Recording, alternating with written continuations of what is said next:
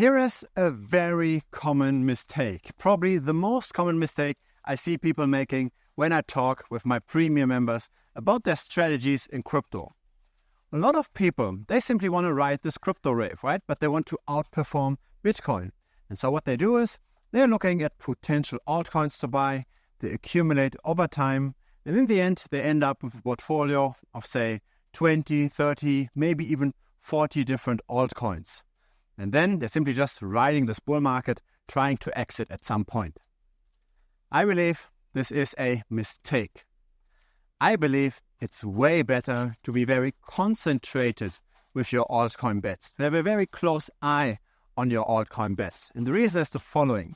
There is, of course, a benefit to spreading your risk. There is a benefit to hold more than just one asset, to diversify. And this is probably where this is all coming from. The issue is there is an optimal number of assets to hold. If you're holding 100 assets, then your asset selection does not matter whatsoever. Then you simply just ride the altcoin wave. You simply just ride the altcoin dominance potentially, right? You're betting on the altcoin dominance to go up. But it really doesn't matter what altcoins you buy once you're at the 30th asset. On the other hand, you also don't just want to own one or two assets, right? Because you might be right with your assessment regarding intrinsic value, etc. You might be right regarding your assessment with momentum and attention. But there's always the potential for a black swan event, right?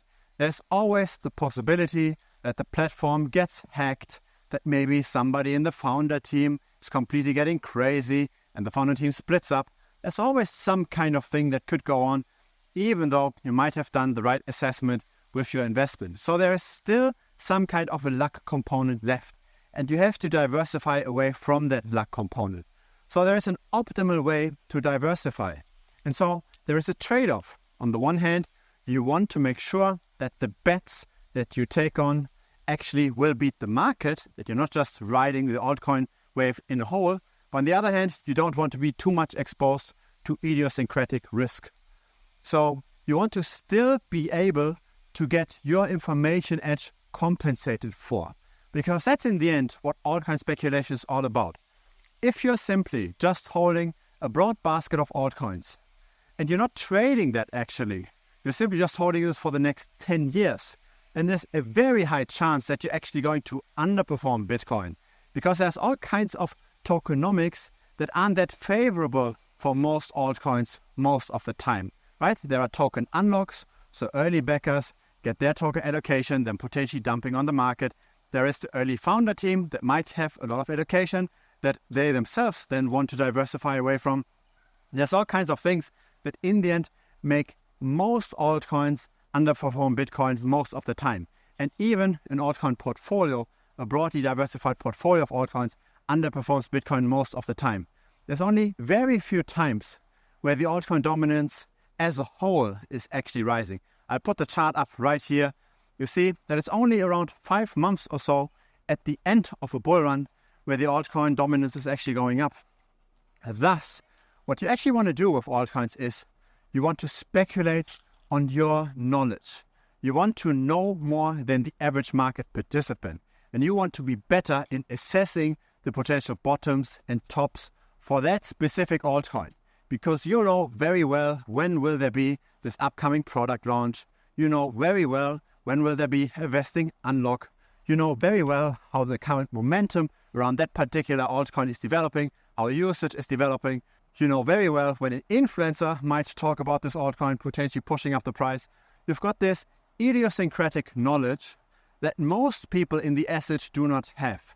And this is how you beat the market. You need to be among the top, say, 10% of informed people of that altcoin to be able to spot the bottoms and tops better. And when you are among those people, right, because you've done your research and you're keeping up with all of that, right, maybe you're also part of the Telegram of that particular project, maybe you're part of the Discord, you're following all of this and you're very well informed, then of course you can make money with this. But you can't do this for 30 projects at the same time, right? There is limited bandwidth. And so what you want to do is you want to look at how much time do I actually have to research the altcoins?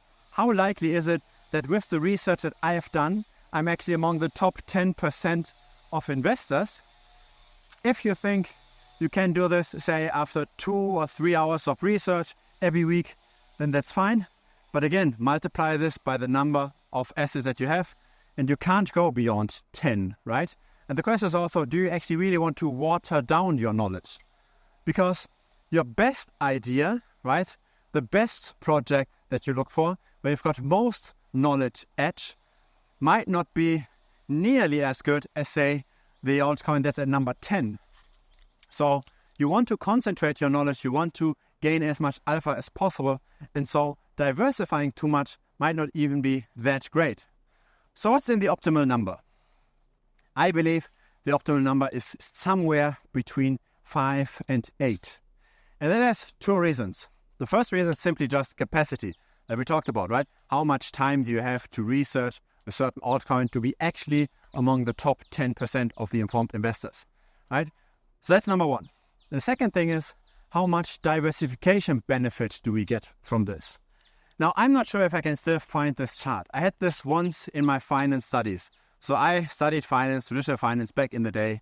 And we had this very interesting chart of how much does an additional asset in a portfolio actually reduce the overall portfolio volatility, the overall ups and downs. Because if you only have one asset, then of course you get all of the ups and downs of that single asset.